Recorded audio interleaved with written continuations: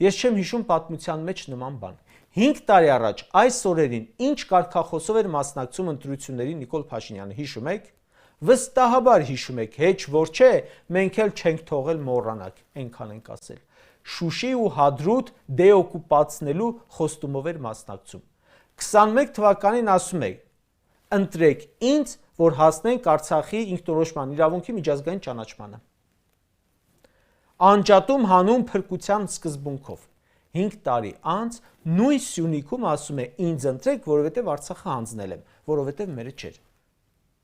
Ասում է այսօր ինչ խոսում են, ասում են Արցախը մերն էր, ինչով էր մերը, այնտեղ դպրոց են կառուցել, մանկապարտեզ են կառուցել, գործարան են կառուցել։ Նախ այո, կառուցել են դպրոց էլ, հիվանդանոց էլ, մանկապարտեզ էլ, գործարան էլ, 80 հատ ֆաբրիկա ու ձեռնարկություն ես հանձնել,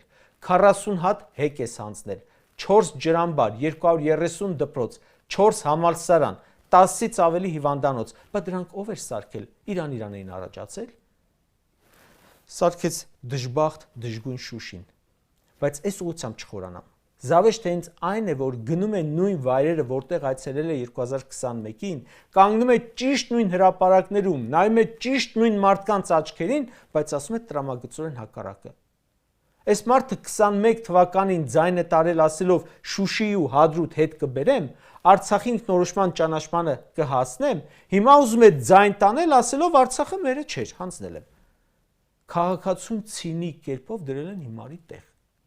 Մարդուց ձայն են կորզել Արցախը փրկելու լոզունգի տակ, ընտրվելուց հետո այդ քվեն օգտագործել են Արցախը հանձնելու թշնամու պահանջները բավարարելու համար։ Ու ասել են, քաղաքացին մանդատ է տվել, որ անեմ ինչ ուզում եմ։ Հիմա էլ ասում է, էլի մանդատ տուր, որ հիմա էլ լրիվ ուրիշ բան անեմ, բայց մեկային ես եմ ուզում, ոչ թե դու։